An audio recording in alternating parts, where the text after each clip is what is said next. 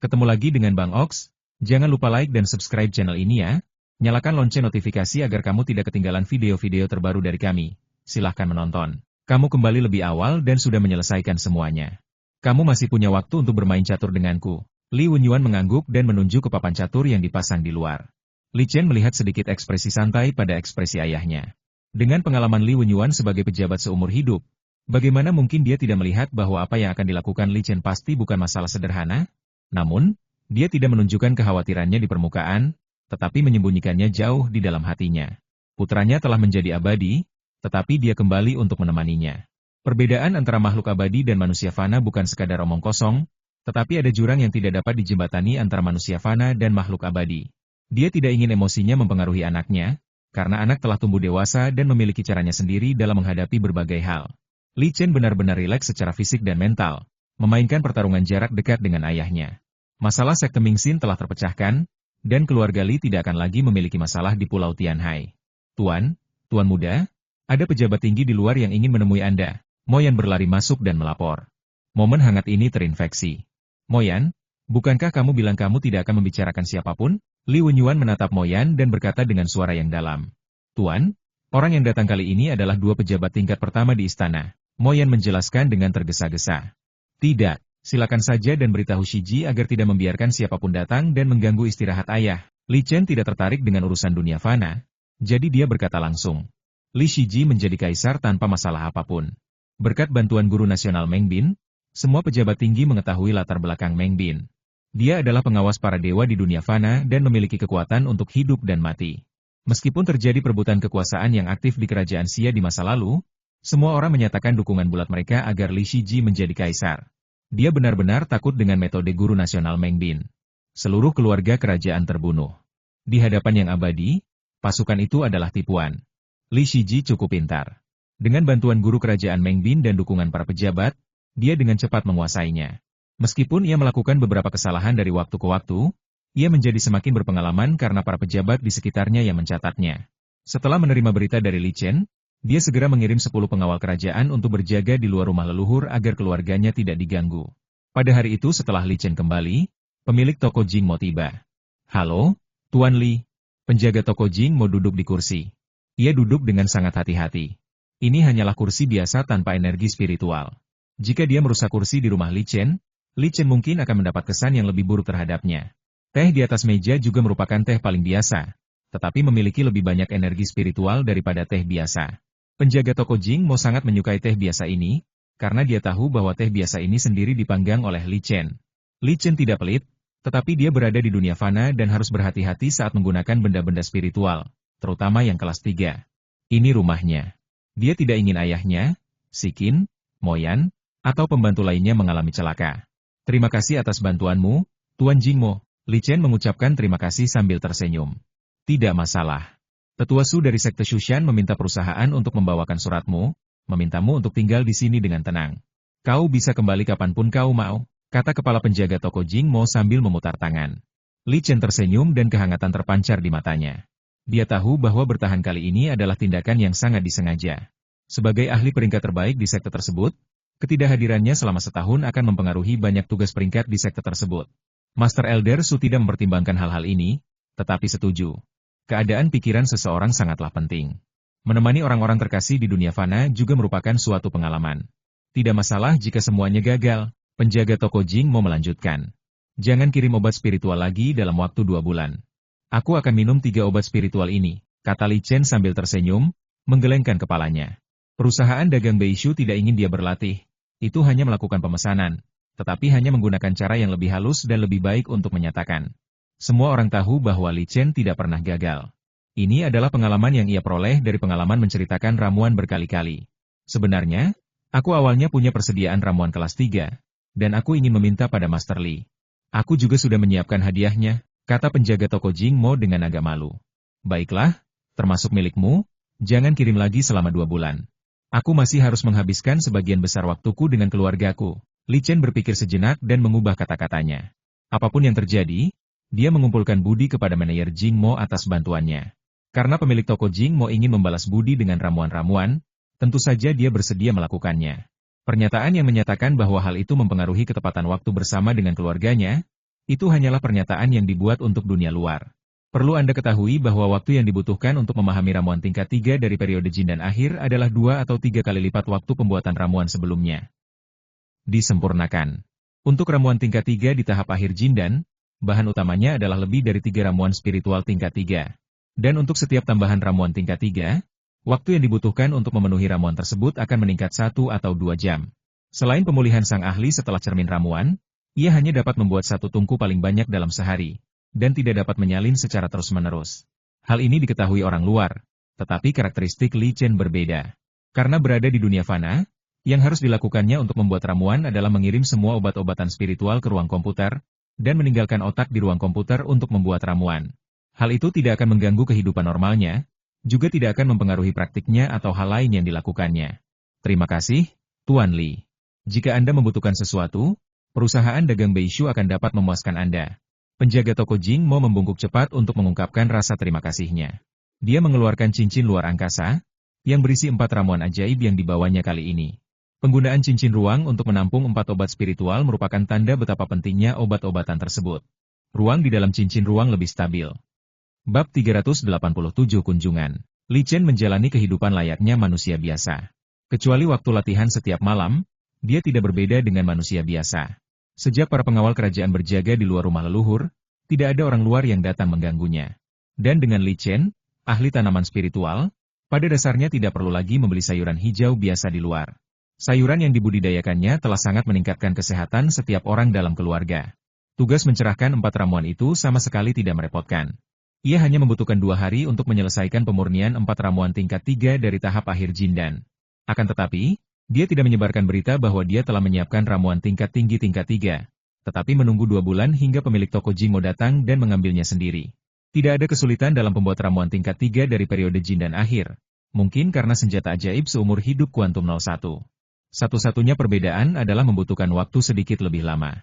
Saat membuat ramuan tersebut, dia menggunakan teknik ramuan 101 poin, dan tetap memperoleh jumlah ramuan 2 kali lipat. Setiap kelompok ramuan sebenarnya menghasilkan 6 ramuan tingkat tinggi tingkat 3. Dia mendapat 4, dan pihak yang menyediakan ramuan mendapat 2.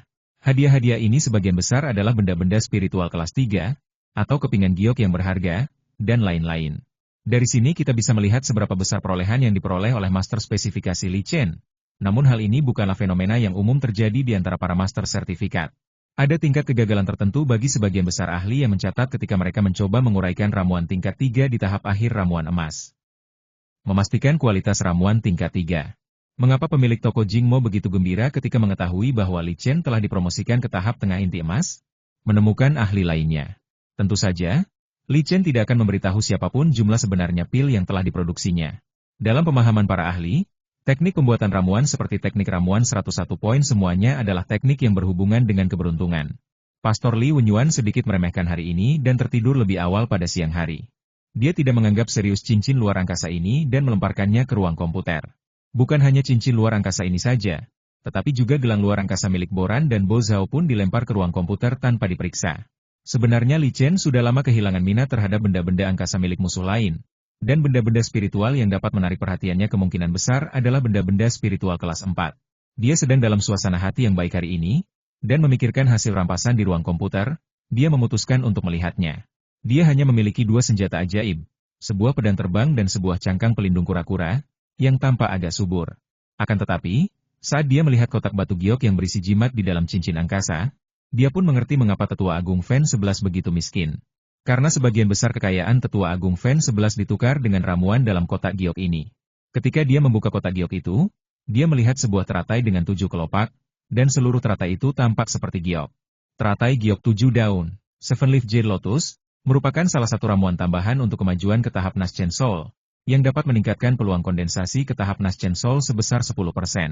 Ketidakmungkinan ini merupakan pemahaman umum dalam dunia termometer abadi. Jadi, teratai giok 7 daun, sangat berharga dan sangat dicari. Yang mengejutkan Li Chen adalah bagaimana penatua Fan 11, seorang aktivis jindan dari sekte seperti sekte Mingxin, mendapatkan teratai giok 7 daun ini. Apalagi gurunya, Tetua Su, masih bekerja keras untuk mendapatkan sumber daya formasi bayi milik sekte tersebut. Di antara mereka, yang tidak diketahuinya adalah bahwa teratai giok 7 daun ini secara tidak sengaja diperoleh oleh sekte Mingxin bertahun-tahun yang lalu. dan telah disimpan di perbendaharaan sekte tersebut, yang dikumpulkan oleh Patriark Zhang. Karena Patriark Zhang akan meninggal, ia menyerahkan teratai giok 7 daun kepada Tetua Agung Fan 11 untuk diamankan. Siapa yang tahu bahwa harta ini jatuh ke tangan Li Chen? Bahkan pemimpin sekte Mingxin tidak tahu tentang masalah ini. Bahkan jika dia mengetahuinya saat itu, dia tidak akan berdaya untuk melakukan apapun. Li Chen menggabungkan teratai giok 7 daun dengan buah ginseng bayi merah yang telah diperolehnya sebelumnya. Dalam hal ramuan untuk maju ke tahap jiwa baru lahir, ia telah memperoleh doa. Mengingat kelangkaan dan berharganya obat-obatan spiritual yang dapat membantu seseorang maju ke tahap jiwa baru lahir, banyak orang yang berani mencoba menerobosnya janji mereka bisa mendapatkan salah satunya. Li Chen menunjukkan ekspresi puas. Dia melihat gelang luar angkasa Boran dan Bo Zhao lagi. Seperti yang diperkirakan, tidak ada yang dia sukai di dalamnya. Namun, setelah melihat beberapa sumber daya mencapai tingkat rendah di gelang luar angkasa Bo Zhao, dia memikirkan sesuatu. Bagaimanapun, sumber daya ini tidak ada artinya. Apa yang paling banyak dibicarakan oleh para kekhawatiran lainnya adalah bahwa meninggalkan sumber daya di dunia fana akan membawa bencana bagi generasi mendatang. Tetapi dia tidak perlu khawatir tentang hal itu. Karena ada mayat perak di rumah leluhur keluarga, itu dapat melindungi keluarga. Dia mengeluarkan beberapa benda tak berguna dari gelang luar angkasa Bo Zhao, menambahkan beberapa kepingan giok dan beberapa ramuan tingkat rendah, lalu menyerahkan gelang luar angkasa itu kepada In Si Sasheng. Setiap beberapa tahun, Silver Corpse akan menggunakan indera ilahinya untuk mendinginkan rumah tua itu. Hanya ketika pembersihan mayat mencapai tingkat mayat perak dan dapat menggunakan pikiran ilahi, maka ia dapat memiliki kemampuan ini. Li Chen juga menemui Li Shiji dan menceritakan kepadanya tentang masalah ini. Mengenai sekte mana yang akan dipilih generasi muda untuk diikuti setelah memperoleh sumber daya, dia tidak akan bertanya. Seorang yang bermitra Jindan benar-benar datang menemui kita, Li Chen, yang sedang duduk di kursi goyang, tiba-tiba menatap ke langit, matanya berbinar. Biksu Jindan memiliki pengaruh yang terlalu besar terhadap manusia dan jarang muncul di dunia manusia. Tak usah dikatakan lagi, otoritas Jindan ini datang untuk mencarinya. Namun dia tidak tahu dari kekuatan mana Jindan ini berasal, dan dia sebenarnya tahu lokasinya. Sekte Mingxin tidak mungkin mengganggunya. Sekte Mingxin telah melihat kekuatannya, dan tidak ada yang berani datang ke sini lagi. Mengenai perusahaan perdagangan Beishu, kepala manajer Jingmo adalah satu-satunya kontak yang dapat menghubunginya. Saat dia dibakar, sosoknya menghilang dan terbang ke udara. Di udara, dia bertemu dengan seorang kenalan. Dia mengenali orang itu. Dia adalah Yugu, mantan pemimpin sekte Tianhai. Yugu yang tadinya berada di tahap akhir pembangunan fondasi, kini berada di tahap awal ramuan emas. Namun, pemimpin sekte Tianhai berbeda dengan pemimpin sekte Mingxin. Sekte Tianhai telah menikmati kedamaian selama 10.000 tahun, dan para penguasa Jindan adalah kekuatan tempur utama sekte tersebut. Sekte Tianhai. Li Chen menatap Yugu. Aura Yugu benar-benar berbeda dari masa lalunya. Yugu dulu sangat ramah, tapi sekarang dia memiliki aura yang tegas dan menyembunyikan yang membunuh. Rekan Daoisli, sudah lama sekali kita tidak bertemu. Sikapmu sungguh mengagumkan. Yugu sepertinya sudah lama tidak tertawa, dan senyumnya agak kaku. Tuan Yu, selamat atas promosimu ke alam ramuan emas, kata Li Chen sambil tersenyum. Ramuan emas. Setelah mengatakan ini, dia memandang Li Chen dengan rasa iri, merasakan aura Li Chen di tahap tengah inti emas. Li Chen pada awalnya hanyalah sebuah intimidasi Qi, tetapi ranah Li Chen saat ini sudah lebih tinggi darinya. Yang lebih penting, masa depan Li Chen cerah. Saya ingin tahu apa yang membawa Anda ke sini, Tuan Yu. Li Chen tidak ingin membahas masalah itu lagi, jadi dia mengganti topik pembicaraan dan bertanya. Sekte Tianhai sudah lama menghilang. Rekan Daoisli tidak perlu memanggilku sebagai kepala sekte. Panggil saja aku Rekan Daoisyu. Sekte Mingxin menderita banyak kerugian, dia tampak mencari konfirmasi. Faktanya, dia berhasil menemukan tempat ini, jadi tentu saja dia memperoleh informasi yang akurat. Alasan mengapa kami dapat menemukan tempat ini adalah karena Li Chen awalnya adalah murid sekte Tianhai, dan sekte Tianhai memiliki informasi yang relatif rinci tentang Li Chen. Yugu adalah kepala sekte Tianhai, dan ketika gerbang gunung sekte Tianhai dijebol, informasi ini disimpan olehnya. Setelah mendengar tentang kekuatan Li Chen saat ini dan konflik dengan sekte Mingxin, dia segera datang. Ini hanya konflik kecil, dan sudah terselesaikan, Li Chen menjawab dengan tenang. Rekan tahu Li, apapun yang terjadi, kamu terlahir di sekte Tianhai. Sekarang kamu memiliki kemampuan untuk membalas dendam terhadap sekte Tianhai. Silakan bergabung dengan kami untuk menghadapi sekte Mingxin. Rekan Tao Yu, belum lagi sekte Tianhai mundur dengan sukarela dan menyerahkan gerbang gunung tanpa perlawanan. Tetapi ketika sekte itu mundur, tidak ada seorang pun yang mengajak yang memberitahu saya. Meninggalkan saya sendirian untuk menghadapi para pendukung sekte Mingxin yang dipimpin oleh Patriark Zhang. Jika saya tidak memiliki beberapa trik, Saya mungkin telah dibunuh oleh sekte Mingxin. Dia tidak pernah menceritakan hal ini kepada siapapun, tetapi itu tidak berarti dia tidak peduli.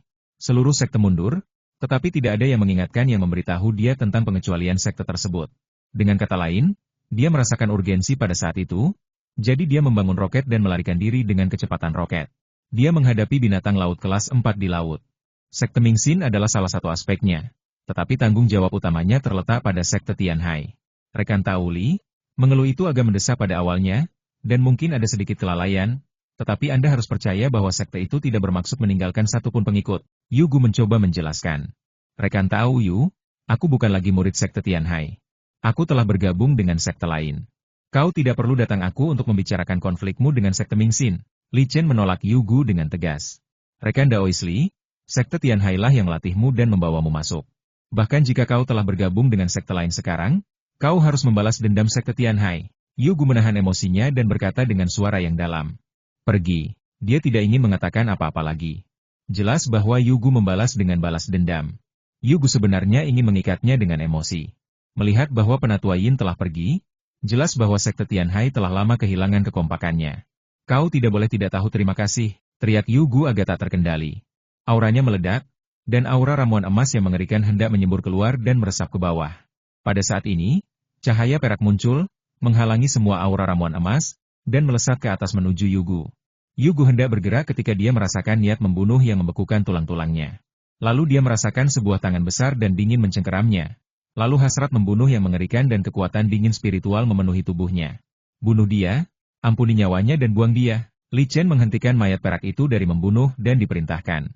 Di rumah leluhur, siapapun penggarap yang berani melakukan sesuatu yang mengancam rumah akan diserang oleh mayat perak.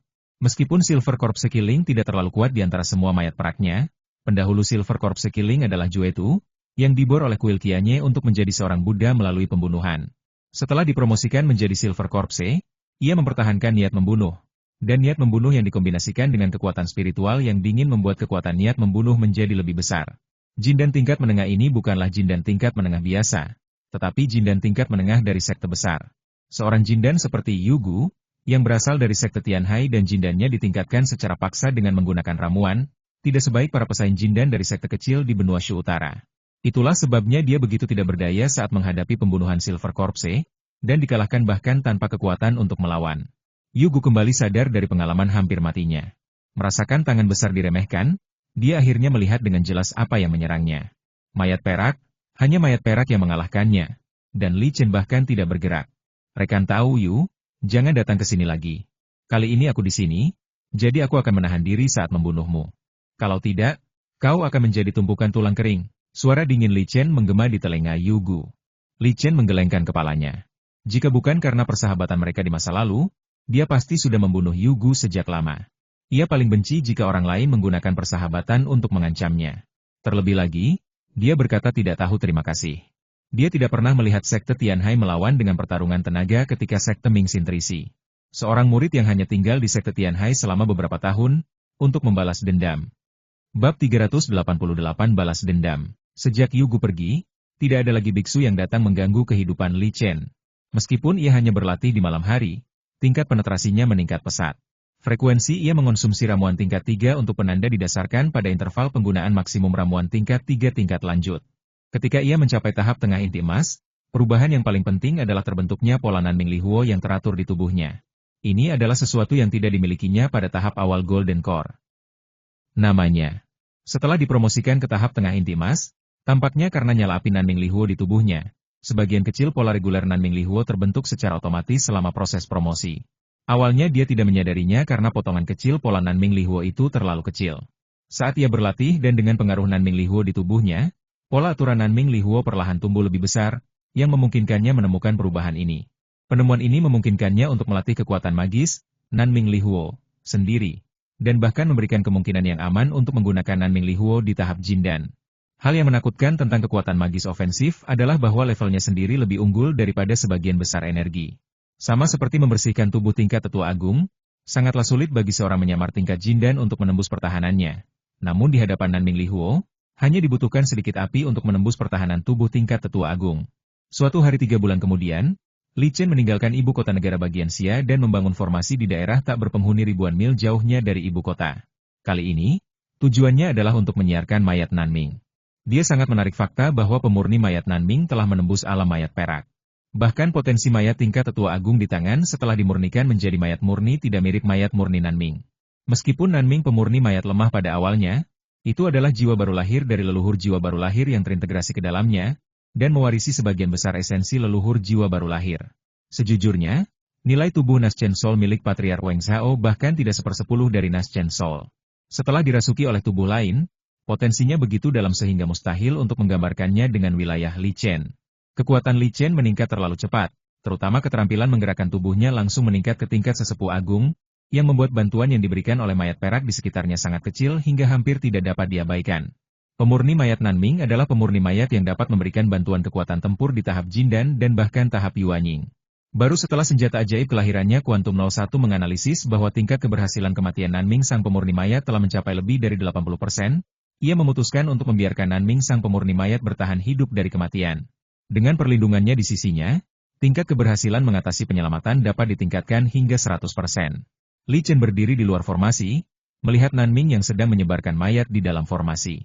Dia menghubungkan otak ke tubuh Nanming yang sedang menerjemahkan mayat. Kecuali dia merasakan adanya bahaya, dia tidak akan ikut campur dalam urusan merevisi mayat Nanming agar bisa selamat dari malapetaka. Mengatasi kesengsaraan adalah sebuah ujian, tetapi setelah melewati ujian, pahala yang sesuai dari surga dan bumi akan diberikan sesuai dengan mengatasi situasi kematian. Permintaan dari intervensi manusia akan mempengaruhi kekuatan pahala dari surga dan bumi. Promosi-promosi jenazah Nanming berjalan sangat lancar. Meskipun Li Chen sudah lama tidak berlatih, ia memiliki pengalaman yang sangat kaya dalam pemurnian mayat. Dia memiliki 13 mayat halus yang telah dipromosikan menjadi mayat perak, jumlah yang sebagian besar pembudidaya Jindan tidak akan pernah bisa dicapai dalam hidup mereka. Perubahan pada pembersihan tubuh mayat Nanming telah selesai, dan munculnya pil mayat yang memicu bencana guntur. Awan petir besar muncul, menyebabkan Li Chen merasa khawatir. Awan petir ini jelas jauh lebih besar daripada awan petir saat mayat perak biasa dipromosikan. Namun, mengingat sifat khusus konservasi mayat Nanming, perubahan dalam ekosistem guntur adalah normal.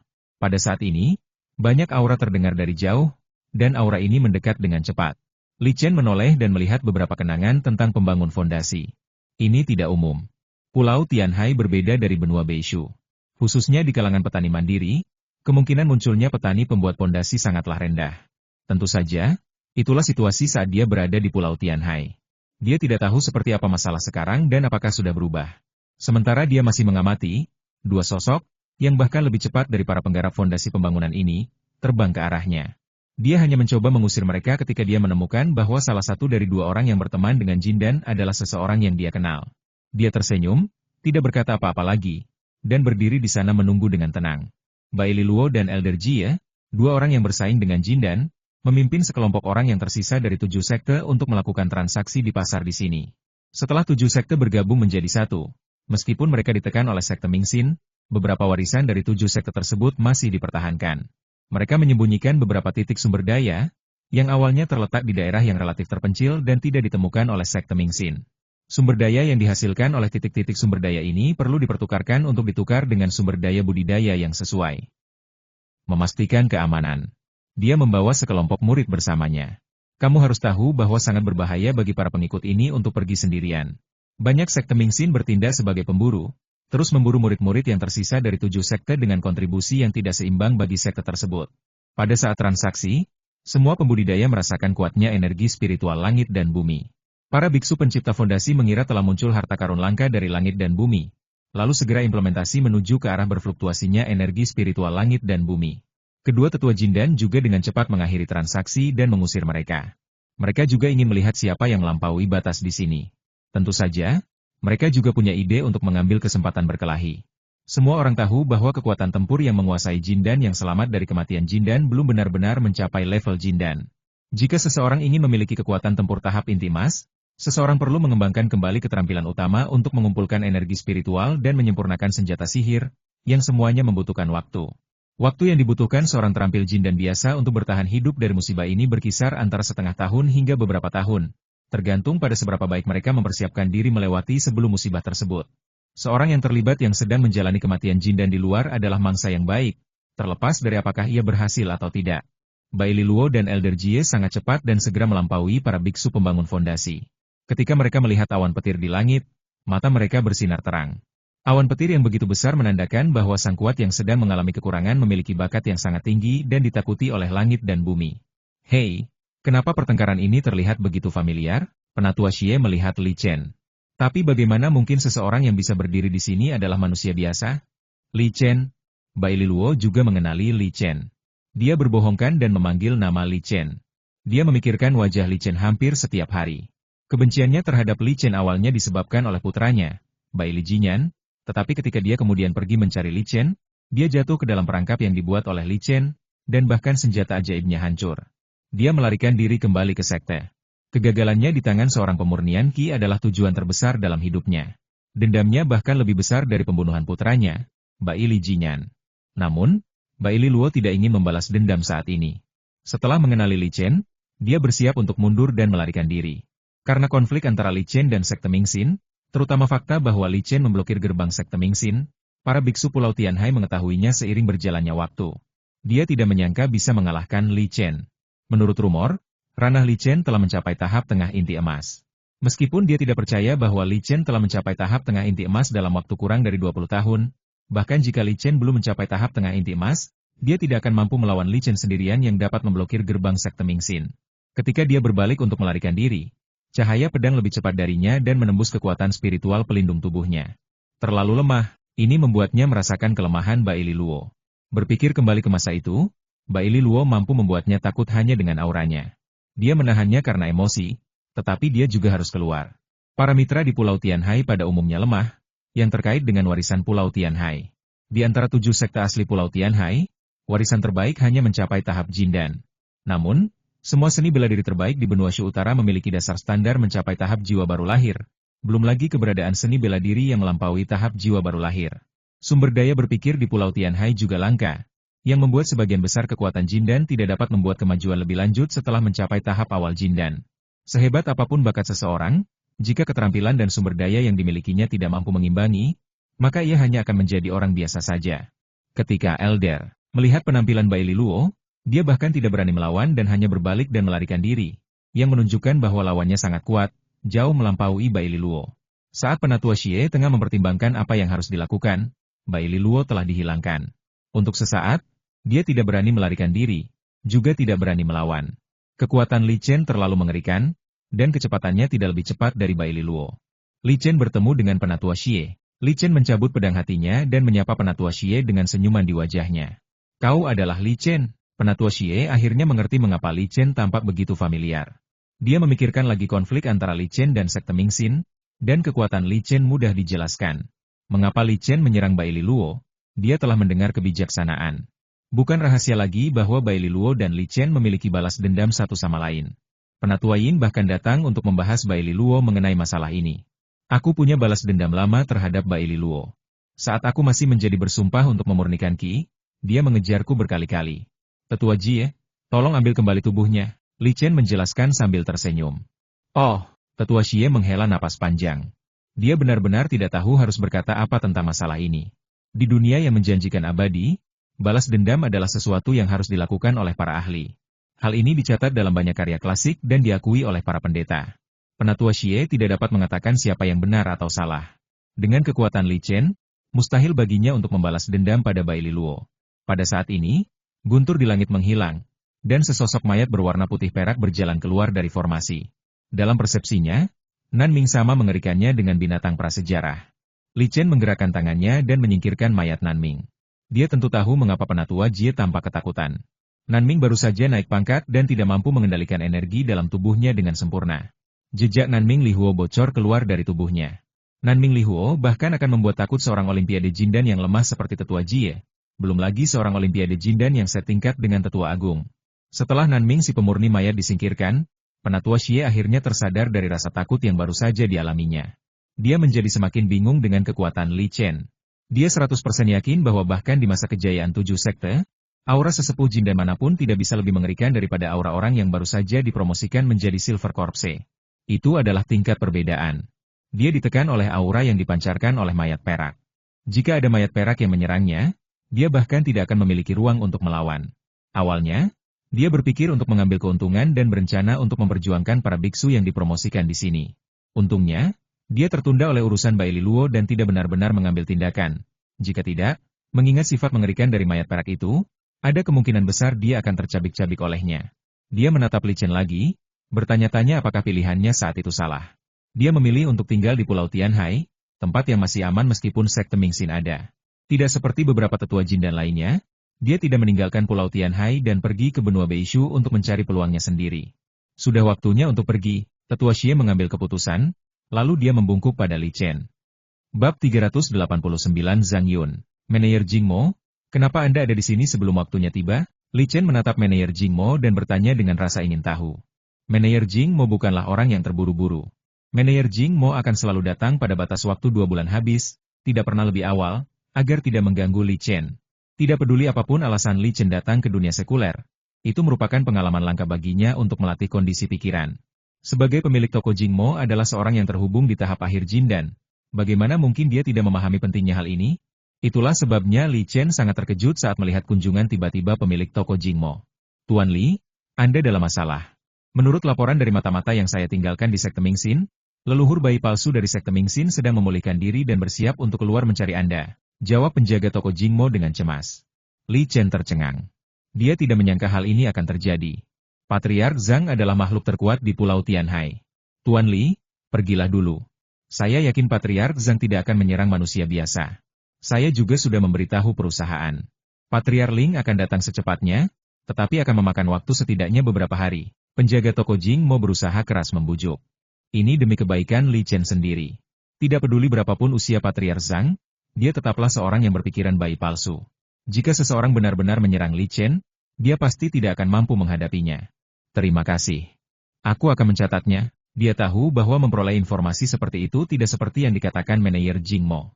Kekuatan seperti perusahaan dagang Beishu tidak akan dan tidak perlu menempatkan mata-mata di sekte seperti sekte Mingxin. Satu-satunya kemungkinan adalah mereka akan berhasil demi menyelamatkan Li Chen. Li Chen harus menerima harga dan usaha yang terlibat. Li Chen juga menebak mengapa Patriark Zhang akan mengambil tindakan terhadapnya secara pribadi. Di satu sisi, Patriark Zhang takut bahwa dia tidak punya banyak waktu lagi. Mingxin dengan menyingkirkan Li Chen sebelum hidupnya berakhir. Jangan percaya pada apa yang disebut penyelesaian balas dendam. Jika bukan karena keberadaan leluhur bayi palsu Zhang di sekte Mingxin, Li Chen pasti sudah datang ke pintu sejak lama. Patriark Zhang tentu saja menyadari hal ini. Jika Patriark Zhang tidak menyingkirkan Li Chen, begitu dia meninggal, sekte Mingxin pasti akan dihancurkan oleh Li Chen. Di sisi lain, teratai giok 7 daun, di tangan tetua Agung Fan 11 diperoleh oleh Li Chen, yang membuat rencana sekte Mingxin untuk menghasilkan leluhur jiwa baru lahir lainnya gagal. Jika mereka tidak bisa mendapatkan kembali teratai giok 7 daun, setelah kematian Patriark Zhang, dengan kekuatan sekte Mingxin, hampir mustahil untuk mendapatkan obat spiritual lain di setting ini. Patriark Zhang tidak lagi mempertimbangkan balas dendam dari sekte Shushan, karena ia tidak punya waktu. Jika Li Chen menyebar, balas dendam sekte Shushan masih belum pasti. Untuk ramuan tingkat 4 yang dapat membantu seseorang maju ke tahap jiwa baru lahir, risiko apapun layak diambil. Penjaga toko Jingmo mengira Li Chen telah mengikuti nasihatnya selamat dan memilih pergi. Jadi dia juga mengucapkan selamat tinggal. Li Chen memberikan instruksi dan terbang meninggalkan rumah leluhurnya dan ibu kota kerajaan Xia. Dia tidak memilih untuk pergi, tetapi mengikuti rute untuk menemui musuh. Dia menganalisis rute leluhur Zhang. Mempertimbangkan situasi dan kekuatan leluhur Zhang, memilih untuk langsung menuju negara Xia adalah pilihan pertama. Di tepi negara Xia, dia mengeluarkan cakram susunan 4 fase Tiangang tingkat 4 dan mengaktifkan susunannya. Formasi 4 fase Tiangang tingkat 4 melindungi ruangan, mencegah aura di dalam bocor keluar.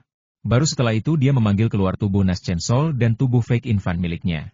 Heavenly Ghost sudah mampu mengendalikan tubuh bayi palsu. Meskipun belum bisa berperang, ia bisa bergerak bebas. Dia memanggil Yang Mulia Hui Jing lagi. Luka-luka Yang Mulia Hui Jing masih dalam tahap pemulihan, tetapi dia adalah leluhur jiwa baru lahir yang sebenarnya. Dia meluncurkan pesawat tak berawak ke langit, yang dapat menyatukan area yang luas pada ketinggian 10.000 meter. Dengan penglihatannya dan kerja yang sama dengan pesawat nirawak, ia dapat melihat leluhur Zhang selama ia mendekati jarak 1000 mil. Setelah menunggu sekitar 2 jam, ia melihat sebuah kapal terbang berlayar menuju sisi ini. Ada 3 tingkatan kapal terbang, dan yang ini adalah senjata sihir tingkat pertama. Ini sangat langka di Pulau Tianhai ini. Senjata ajaib perahu terbang bukanlah suatu kebutuhan, itu lebih merupakan sarana untuk menunjukkan status seseorang. Sungguh pemborosan. Sebuah kapal terbang tingkat senjata ajaib, jika ditukar dengan senjata ajaib, dapat ditukar dengan beberapa senjata ajaib tingkat atas. Munculnya senjata ajaib perahu terbang saat ini kemungkinan besar adalah kedatangan leluhur Zhang. Sebenarnya, mudah untuk dipahami. Dalam situasi leluhur Zhang, masa hidupnya akan segera berakhir, adalah pilihan terbaik untuk menggunakan kemampuannya sendiri sesedikit mungkin dan mengandalkan kapal terbang tingkat senjata ajaib untuk terbang. Jika Anda mempertahankan sedikit lebih banyak kekuatan, Anda dapat mengerahkan lebih banyak kekuatan tempur saat dibutuhkan. Patriark Zhang sangat marah. Dia memilih untuk menyerahkan harta karun seperti teratai giok 7 daun ke tangan Tetua Agung Fen 11. Dia berharap Tetua Agung Fen 11 dapat dipromosikan ke tahap jiwa baru lahir, yang memungkinkan Tetua Agung Fen 11 dipromosikan ke tahap bayi palsu. Dibandingkan dengan kemajuan ke tahap jiwa baru lahir, tingkat keberhasilan kemajuan ke tahap bayi palsu jauh lebih tinggi. Sebaliknya, dia menggunakan harta karun sekte di tangannya untuk mencoba memperpanjang vitalitasnya. Selama tidak ada musuh eksternal yang menyerang pembentukan sekte, dia tidak akan ikut campur dalam urusan eksternal. Namun dia tidak pernah menyangka bahwa saat dia terbangun dari memutarnya, dia akan mendengar bahwa Tetua Agung Fen 11 telah diculik dan bahkan jasadnya belum ditemukan. Dia menjadi marah terhadap sekte tersebut dan memutuskan untuk mengambil tindakan sendiri. Sebagai kekuatan tempur sekte tersebut dan sudah mendekati akhir hayatnya, mustahil dia untuk meninggalkan sekte tersebut begitu saja demi mencari Li Chen. Dia perlu menjelaskan banyak hal, karena dia mungkin tidak dapat kembali ke sekte setelah misi ini. Tubuhnya hanya mampu menahan satu serangan, yang membuatnya tertunda beberapa saat di sekte sebelum akhirnya menemui Li Chen.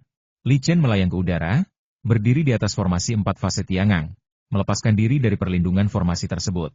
Ketika masih lebih dari 300 mil jauhnya, Patriark Zhang juga menemukan Li Chen. Ketika Patriark Zhang berada di sekte tersebut, ia menemukan informasi tentang Li Chen, terutama citra Li Chen yang tercatat dalam terbentuknya sekte tersebut. Jadi ketika dia melihat Li Chen di udara, dia langsung mengenali Li Chen. Melihat Li Chen sepertinya sudah menunggunya, dia merasa sedikit bingung dan tak dapat menahan diri untuk melambat. Li Chen menatap Patriark Zhang sambil tersenyum, tanpa percaya diri. Dia pergantian tangan, dan efek isolasi dari formasi 4 fase Tiangang dimatikan. Hampir mustahil untuk menyembunyikan aura 2 leluhur jiwa baru lahir dan 1 leluhur bayi palsu yang naik ke langit. Patriark Zhang tercengang. Reaksi awalnya adalah berbalik dan melarikan diri. Dia bahkan tidak punya waktu untuk menyimpan perahu terbang ajaibnya. Dia mengerti bahwa Li Chen telah menemukan bantuan. Tentu saja, jika dia mengamati dengan cermat, dia akan menemukan bahwa salah satu leluhur jiwa baru lahir dan salah satu leluhur bayi palsu hanya memiliki aura seperti cangkang, tetapi bukan aura jiwa baru lahir maupun bayi palsu. Tetapi aura yang mulia Hui Jing terlalu mengerikan, menyembunyikan keadaan tubuh jiwa baru lahirnya dan tubuh bayi palsunya. Li Chen tersenyum tipis. Ini adalah sesuatu yang sudah diduganya. Dia sama sekali tidak ingin bertarung dengan leluhur Zhang. Meskipun Tiang Wei dapat mengendalikan tubuh bayi palsu, itu hanyalah pajangan dan tidak dapat bertahan dalam pertempuran. Kondisi yang mulia Hui Jing juga tidak baik. Jika dia serta ikut dalam pertempuran sebelum lukanya pulih, itu akan mempengaruhi kondisinya. Sudah sangat sulit baginya untuk pulih dari luka-lukanya. Jika luka-lukanya bertambah parah, mungkin perlu ratusan tahun untuk pulih.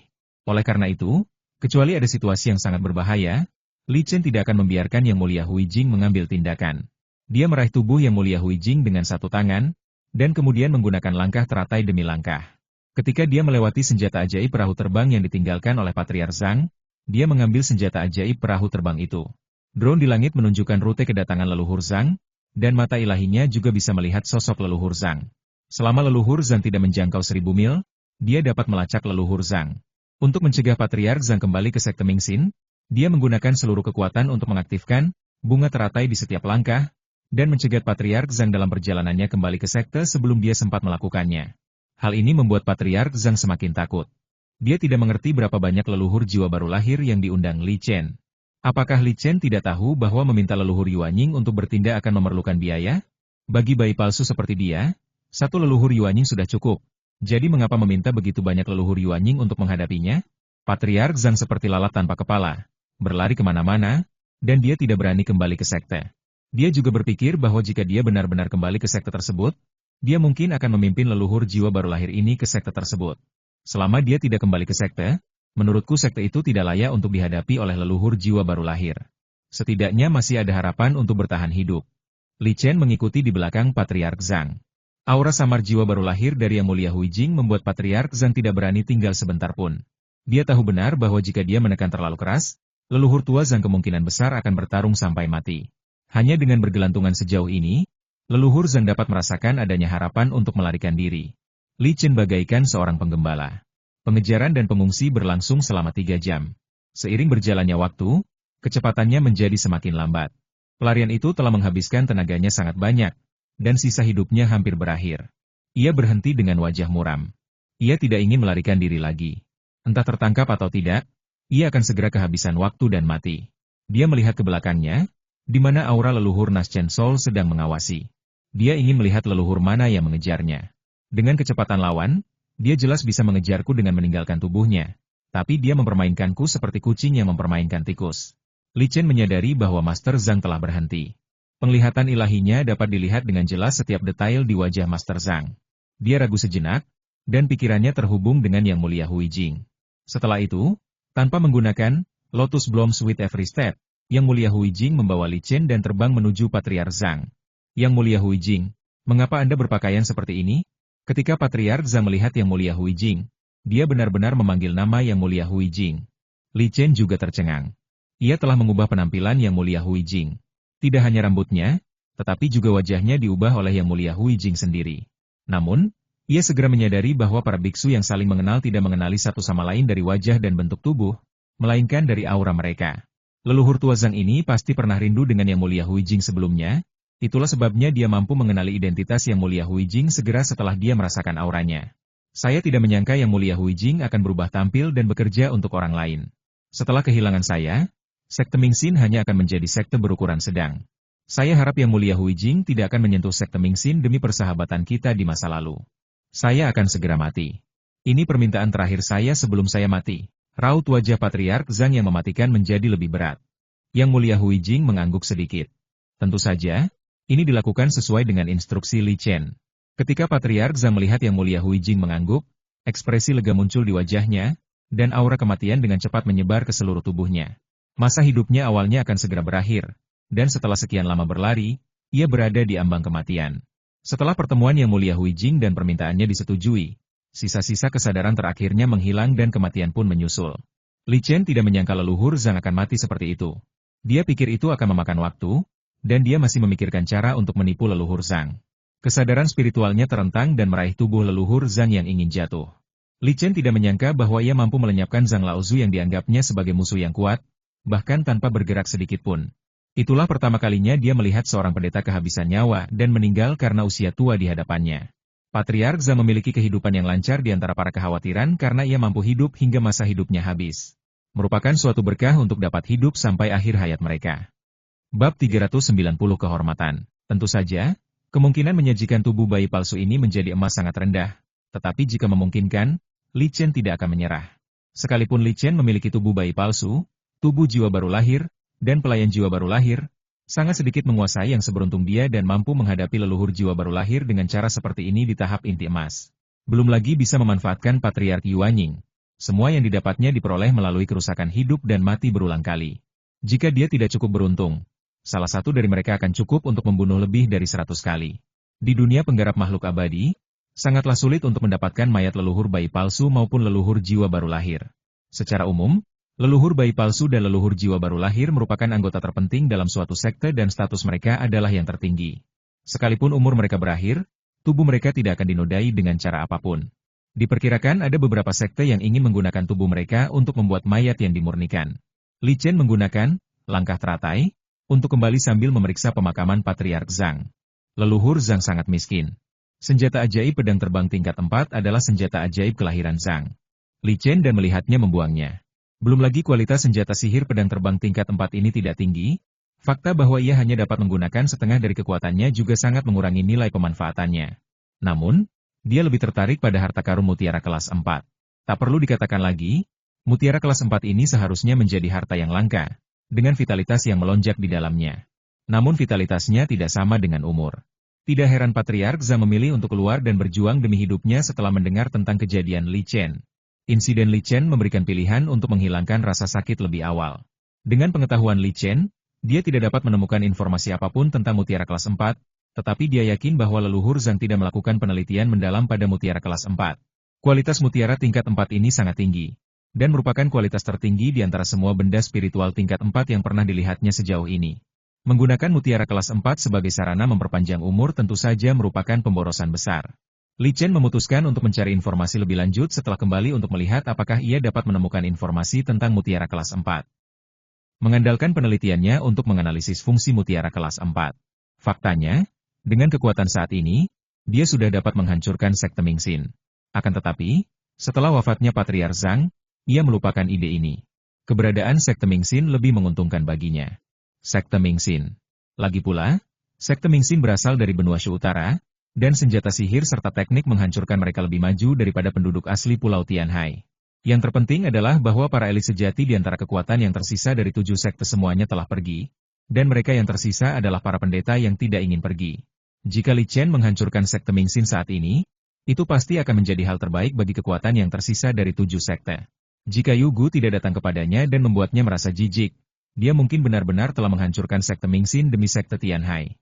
Namun sekarang dia lebih memikirkan ketenangan dan kedamaian Pulau Tianhai. Dengan adanya sekte Mingxin di sana, setidaknya status keluarga Li di kerajaan Xia dapat terjamin. Jika sisa kekuatan dari 7 sekte benar-benar dibiarkan berkuasa, maka siapa tahu berapa tahun lagi Pulau Tianhai akan berada dalam kekacauan saat mereka saling berebut kekuasaan, dan itu tidak akan menguntungkan Li Chen. Sekte Mingxin cukup kuat untuk menghentikan serangan binatang laut dan memastikan keselamatan Pulau Tianhai. Beberapa hari kemudian, di sekte Mingxin, Master Sekte dan Sesepuh Jindan duduk di aula, mendiskusikan berbagai hal penting terkait kelangsungan hidup sekte Mingxin. Tidak ada kabar dari leluhur. Master Li masih hidup dan sehat di negara Xia. Ini adalah informasi yang dikirim kembali oleh Meng Bin, seorang pecinta yang ditempatkan di negara Xia. Leluhur telah gagal. Menurutmu apa yang harus kita lakukan? Pemimpin sekte bertanya dengan suara berat sambil menatap para tetua Jindan. Apalagi ketika sekte Mingxin berada di benua Shu Utara, ia tidak dalam bahaya seperti itu. Ancaman dari sekte Shenluo sebenarnya tidak menyebabkan kerusakan besar pada sekte Mingxin, yang menjauh dari benua Beishu terlebih dahulu dan mundur ke Pulau Tianhai. Tanpa diduga, setelah 10 tahun di Pulau Tianhai, pilar sekte, Patriark Zhang, jatuh, dan sekte tersebut juga kehilangan tetua agungnya Fan 11. Ini menunjukkan bahwa bahkan kekuatan tempur terkuat dari sekte Xin pun telah hilang. Guru, karena Guru Li tidak langsung menyerang sekte Mingxin, dia seharusnya tidak ingin menghancurkan sekte Mingxin kita, kata seorang tetua Jindan. Kita tidak punya jalan keluar. Tidak ada tempat tinggal bagi kita di benua Shu Utara, dan kita tidak punya cara untuk mundur di Pulau Tianhai. Tangan. Bagaimana memperkuatnya? Pemimpin memandang itu melirik semua tetua Jindan dan mengajukan sarannya sendiri. Tidak ada satupun tetua Jindan yang menyetujui. Ketika Patriark Zhang mengusulkan untuk membunuh Li Chen, mereka semua mengira bahwa Li Chen sudah ditakdirkan untuk mati. Namun sekarang tidak ada berita tentang leluhur Zhang, tetapi Li Chen masih hidup. Dilihat dari waktu, tidak peduli seberapa terlambatnya leluhur Zhang, dia seharusnya sudah tiba di kerajaan Xia sejak lama. Zhang, Patriark Zhang ingin membunuh Li Chen, tetapi sesuatu terjadi padanya, jadi kemungkinan besar itu adalah perbuatan Li Chen. Mengingat identitas Li Chen sebagai ahli alkemis dan ringkasan dengan perusahaan perdagangan Beishu, ini bukan hal yang mustahil. Tentu saja, yang terpenting adalah mengangkat Li Chen sebagai tetua terhormat akan memberi dukungan kepada sekte Mingxin. Seperti keuntungan sekte sebesar 10%, setelah kehilangan Patriark Zhang dan tetua agung Fan 11, sekte tersebut kehilangan 10% keuntungannya, dan sumber daya yang dikhususkan untuk para tetua Jindan malah meningkat, bukannya berkurang. Selama mereka dapat mempertahankan situasi sekte saat ini, mereka tidak keberatan memiliki satu tetua terhormat lagi. Setelah para pemimpin puncak sekte Mingxin mencapai kondisi tersebut, mereka khawatir Li Chen akan mengambil tindakan. Jadi keesokan harinya, tetua Zhang pergi ke ibu kota kerajaan Xia. Penatua Zhang dari sekte Mingxin meminta bertemu dengan Guru Li. Dapat dilihat betapa rendahnya sikap tetua Zhang ini. Tetua Zhang telah menyaksikan dengan mata betapa hebatnya Li Chen. Dengan gerakan ini, Li Chen tidak akan salah paham dan membunuh. Salam, Guru Li. Tetua Zhang diam-diam menghela napas lega. Wilayah kekuasaannya masih dalam tahap awal Golden Core, dan dia dikirim ke sini tanpa daya karena statusnya yang terendah. Li Chen menatap tetua Zhang sambil tersenyum. Dengan telepati yang aktif, dia mengetahui tujuan kunjungan tetua Zhang sebelumnya. Li Chen sedikit terkejut. Dia tidak menyangka bahwa pemimpin sekte Mingxin begitu pandai dan akan berpikir untuk memenangkan hatinya dengan cara seperti ini. Dia tidak berencana untuk tinggal lama di Pulau Tianhai dan menjadi tetua terhormat sekte Mingxin. Jadi tidak masalah. Bagaimanapun, sekte Mingxin ingin meminjamnya, tetapi pengaruhnya terhadap Pulau Tianhai terbatas. Kalau saja sekte Mingxin berada di benua Shu Utara, dia tidak akan pernah setuju menjadi tetua agung terhormat, karena di benua Shu Utara, reputasinya akan memiliki pengaruh yang jauh lebih besar. Apa yang kamu inginkan? Tanya Li Chen sambil tersenyum. Saya diberi amanat oleh Kepala Sekte Mingxin untuk mengundang Guru Li menjadi tetua terhormat Sekte Mingxin dan membagi 10% keuntungan Sekte Mingxin setiap tahun. Tetua Zhang tidak berani mengatakan omong kosong lagi. Penatua Agung Kehormatan? Apa yang harus dilakukan? Tanya Li Chen. Anda tidak perlu melakukan apapun. Sekte Mingxin berharap dapat menjaga persahabatan dengan Anda. Jika menyangkut keselamatan sekte, kami dapat menggunakan reputasi Anda. Pemimpin mengatakan bahwa Anda dapat meninggalkan posisi Tetua Agung Kehormatan kapan saja. Tetua Zhang menjawab dengan hormat. Apakah kamu tahu bahwa aku tidak akan tinggal di Pulau Tianhai terlalu lama? Li Chen bertanya lagi. Tetua Zhang sangat gembira. Mendengar pertanyaan Li Chen, sepertinya dia berencana untuk menerima undangan Sekte Mingxin. Bagaimana Pulau Tianhai yang kecil bisa menampungmu? Dimanapun kamu berada, Sekte Mingxin akan membayar 10% dari keuntungannya kepada Anda setiap tahun melalui perusahaan perdagangan Beishu. Tetua Zhang menjawab dengan cepat. Saya setuju dengan masalah ini. Li Chen mengangguk dan berkata. Ini adalah cakram giok identitas tetua kehormatan. Saat ini, formasi sekte belum sempurna, dan formasi di kerajaan selain itu, kerajaan Xie juga akan menjadi wilayah permanen keluarga Li, dan Sekte Mingxin akan menjamin ini. Setelah kembali ke rumah, Li Chen Sedan Ge bermain dengan cakram giok identitasnya dan memikirkan urusan Sekte Mingxin. Ketika dia menerima pesan dari penjaga toko Jingmo. Pertemuan dengan manajer Jingmo berlangsung di rumah leluhur, yang juga mencerminkan keteguhan dengan manajer Jingmo. Selamat, Guru Li, karena telah menjadi tetua terhormat Sekte Mingxin. Kepala penjaga toko Jingmo berkata sambil tersenyum begitu mereka bertemu. Anda berpengetahuan luas. Li Chen menghibur dan tersenyum. Baik dia maupun kepala penginapan Jingmo tahu bahwa tetua kehormatan ini tidak berarti apa-apa. Keuntungan 10% Sekte Mingxin mungkin tampak besar, tetapi tergantung kepada siapa keuntungan itu diberikan. Bagi Li Chen, sang ahli merendahkan, keuntungan 10% dari Sekte Mingxin hanyalah bonus saja. Li Chen tidak terkejut dengan kenyataan bahwa pemilik toko Jingmo begitu cepat memberitahu. Dia bahkan tahu sebelumnya bahwa pedagang Shu Utara akan menimbulkan masalah baginya. Jadi apa arti berita ini dia? Perusahaan telah memutuskan untuk menjalin hubungan kerjasama dengan Sekte Mingxin. Saya akan menjelaskan kepada Sekte Mingxin bahwa ini demi Guru Li. Lanjut penjaga toko Jingmo. Saya hanya tamu. Saya tidak akan ikut campur dalam urusan perusahaan. Li Chen tidak menolak, tapi dia menunjukkan sikapnya dengan jelas. Dia juga tahu bahwa kekuatan seperti perusahaan perdagangan Beishu akan terbagi menjadi banyak faksi, dan dia tidak ingin terlibat di dalamnya karena tidak diperlukan dan statusnya tidak memerlukannya. Tuan Li, saya tahu ini mungkin agak lancang, tapi bagaimana dengan Patriark Zhang? Penjaga toko Jingmo ragu-ragu sejenak, tetapi tetap bertanya. Dia sudah lama menyelesaikan masalah ini. Dan kemudian tidak ada berita tentang leluhur Zhang. Leluhur Zhang telah mencapai akhir hidupnya. Li Chen menjawab dengan tenang. Meskipun dia adalah pejabat tamu di perusahaan perdagangan Beishu, dia memiliki terlalu banyak rahasia yang tidak ingin diketahui perusahaan perdagangan Beishu. Jadi penjelasannya agak ambigu. Penjaga toko Jingmo menarik napas dalam-dalam. Ada banyak hal yang perlu dia khawatirkan. Dia 100% yakin bahwa Li Chen tidak memiliki pembantu lain. Meskipun perusahaan dagang Beishu tidak bagus di tempat lain di Pulau Tianhai, jaringan intelijennya telah disiapkan. Yang keluar. Mengenai klaim bahwa masa hidup Patriark Zhang telah habis sebelum ia bertemu Li Chen, ini bahkan lebih mustahil. Hanya ada satu kemungkinan. Li Chen menggunakan beberapa cara untuk membuat leluhur Zhang menghabiskan banyak energi, menyebabkan leluhur Zhang meninggal lebih awal. Manajer Jingmo, saya ingin perusahaan dagang Beishu mengumpulkan beberapa buku tentang benda-benda spiritual tingkat tinggi untuk saya, dan biayanya akan dipotong dari gaji saya. Li Chen memikirkan mutiara kelas 4.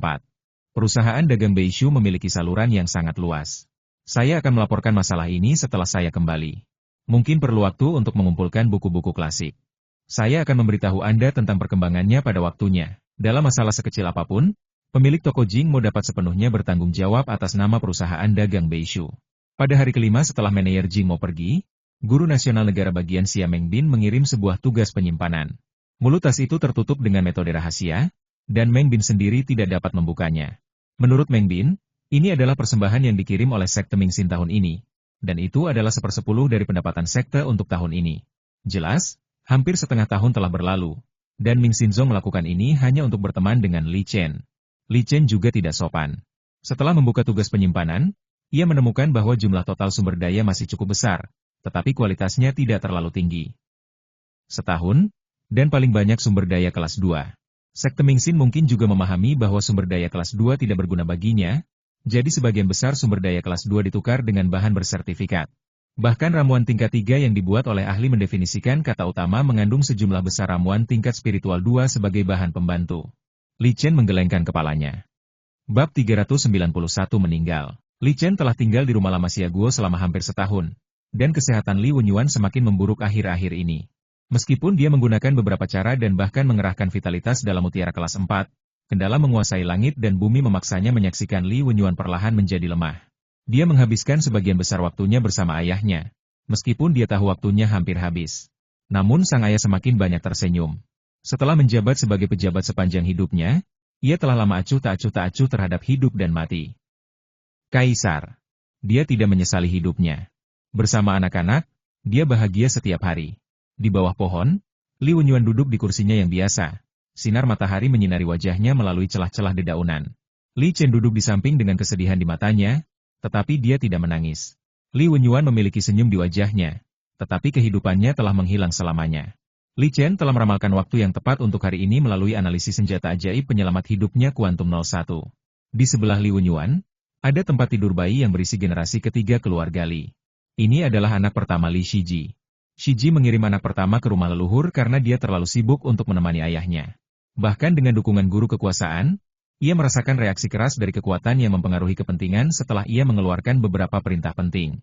Dia bahkan lebih tahu betapa amannya rumah leluhur itu, karena itu adalah fondasi keluarga Li. Li Chen sangat puas dengan Li Shiji. Li Shiji menitipkan anak pertamanya kepadanya agar ayahnya Li Wenyuan tidak menyesal saat pergi. Moyan, urusan pemakaman tuanku diserahkan padamu. Aku pergi dulu. Dia menoleh ke Moyan, yang menangis dalam diam, dan memberi perintah. Tuan, apakah Anda akan pergi sekarang? Setelah hampir setahun, Moyan hampir lupa bahwa Lentera adalah seorang abadi. Dunia fana bukanlah tempat untuk tinggal lama. Jagalah Sikin dengan baik untukku. Li Chen tidak suka perpisahan, katanya dengan suara yang dalam. Setelah mengatakan ini, dia melirik ke arah Sikin dan sosoknya melayang ke langit. Di depan pintu ruang sebelah kiri, Sikin menatap sosok yang melesat ke angkasa. Raut wajahnya tampak enggan. Dia tahu tuan muda itu telah pergi lagi, tetapi kali ini dia tidak tahu kapan dia akan kembali. Li Chen melangkah satu demi satu, setiap langkah berjarak beberapa mil. Berkat peningkatan wilayah kekuasaannya, ia mampu menggunakan A World Away dalam waktu singkat. Sejak saat itu, rumah leluhurnya adalah satu-satunya hal yang dia pedulikan di dunia ini. Seluruh tubuhnya terasa lebih ringan, dan perasaan yang tak dapat dijelaskan mengurangi konsumsi energi dalam penggunaan A World Away. Meskipun perubahan dalam kondisi pikiran tidak berpengaruh pada penurunannya, namun hal itu memberikan banyak manfaat. A World Away menghabiskan banyak energi spiritual dan dia mungkin hanya dapat bertahan selama setengah jam. Dengan kata lain, sebagian besar formasi yang tidak memiliki batasan ruang dapat dilintasi oleh A World Away dalam satu langkah. Hingga batas tertentu, kemampuan A World Away untuk menembus formasi tersebut melampaui kerjasama antara Li Chen dan senjata ajaib penyelamat nyawanya Kuantum 01. Untuk formasi-formasi yang tidak memiliki batasan pada pengaturan spasial, A World Away bahkan tidak memerlukan analisis atau perhitungan, dan dapat dilintasi dengan cara menghubungkan secara paksa dengan ruang. Li Chen menggunakan A World Away untuk berlatih. Latihan Shen Zutong sangat penting. Saat dia melangkah di udara, dia mengeluarkan cakram giok identitas Sekte Mingxin dan mengirimkan pesan untuk memberitahu Sekte Mingxin bahwa dia akan meninggalkan Pulau Tianhai. Setelah mengirim pesan, dia meletakkan cakram giok identitas ke dalam cincin luar angkasa tanpa melihat balasannya. Kali ini dia tidak menyembunyikan tubuhnya. Setelah merasakan bahwa energi spiritualnya telah banyak terkuras, dia berubah menjadi Meteor Ink Boat. Kapal tinta meteor berlayar di atas Pulau Tianhai. Sekarang dia memiliki satu lagi perahu terbang kelas sihir. Tetapi karena dia berada di Pulau Tianhai dan telah menjadi tetua terhormat Sekte Mingxin, dia tidak dapat mengeluarkan perahu terbang kelas sihir milik Patriark Zhang dan menggunakannya. Keberadaannya terlihat oleh banyak pendeta, dan mereka yang mengenalinya berspekulasi kemana dia pergi. Identitas Li Chen bukan lagi rahasia di Pulau Tianhai. Seluruh Pulau Tianhai tahu bahwa dia adalah seorang yang menguasai jin dan tingkat menengah yang lahir di Pulau Tianhai. Yu Gu melihat informasi di tangannya. Bagaimanapun, 7 sekte telah berada di Pulau Tianhai selama 10.000 tahun. Ini adalah informasi intelijen tentang keberadaan Li Chen. Dia melihat bahwa Li Chen berangkat dari negara bagian Xia tanpa bersembunyi sama sekali di sepanjang jalan. Sistem intelijen. Benar saja, dia sudah pergi, dasar pengkhianat, tatapan mata Yu Gu tampak garang, dan dia berdiam. Dia pergi meminta Li Chen untuk membantu menangani Sekte Mingxin, tetapi ditolak. Kemudian dia menerima berita bahwa Li Chen menjadi sesepuh kehormatan Sekte Mingxin. Menurutnya, perilaku Li Chen merupakan penghinaan terhadap Sekte Tianhai. Tetapi dia tidak memikirkan fakta bahwa Sekte Tianhai tidak ada lagi dan Li Chen telah lama meninggalkan sekte tersebut. Bahkan Patriark Zhang, pelaku yang memaksa Sekte Tianhai mundur, Dipaksa mati oleh Li Chen setelah masa hidupnya habis. Hati Yu Gu telah lama dipenuhi kebencian, dan dia kembali memikirkan pembunuhan Bai Li Luo. Meskipun dia juga tahu bahwa Li Chen dan Bai Li Luo memiliki dendam, Bai Li Luo adalah tetua Jindan dari sekte baru tersebut. Semakin Yu Gu menyarankan, semakin marah dia, dan ada niat membunuh di matanya. Tentu saja dia tidak berani pergi mencari Li Chen, karena dia telah melihat betapa mengerikannya Li Chen. Dia teringat rumah leluhur tempat Li Chen dulu tinggal. Dia mendengar bahwa Li Chen sangat merindukan tempat itu. Karena kau menyukainya, aku akan menghancurkannya, pada dirinya sendiri dengan dingin. Yu Gu tidak ragu sedikit pun, dan terbang dengan pedang terbangnya menuju ke arah negara Xia.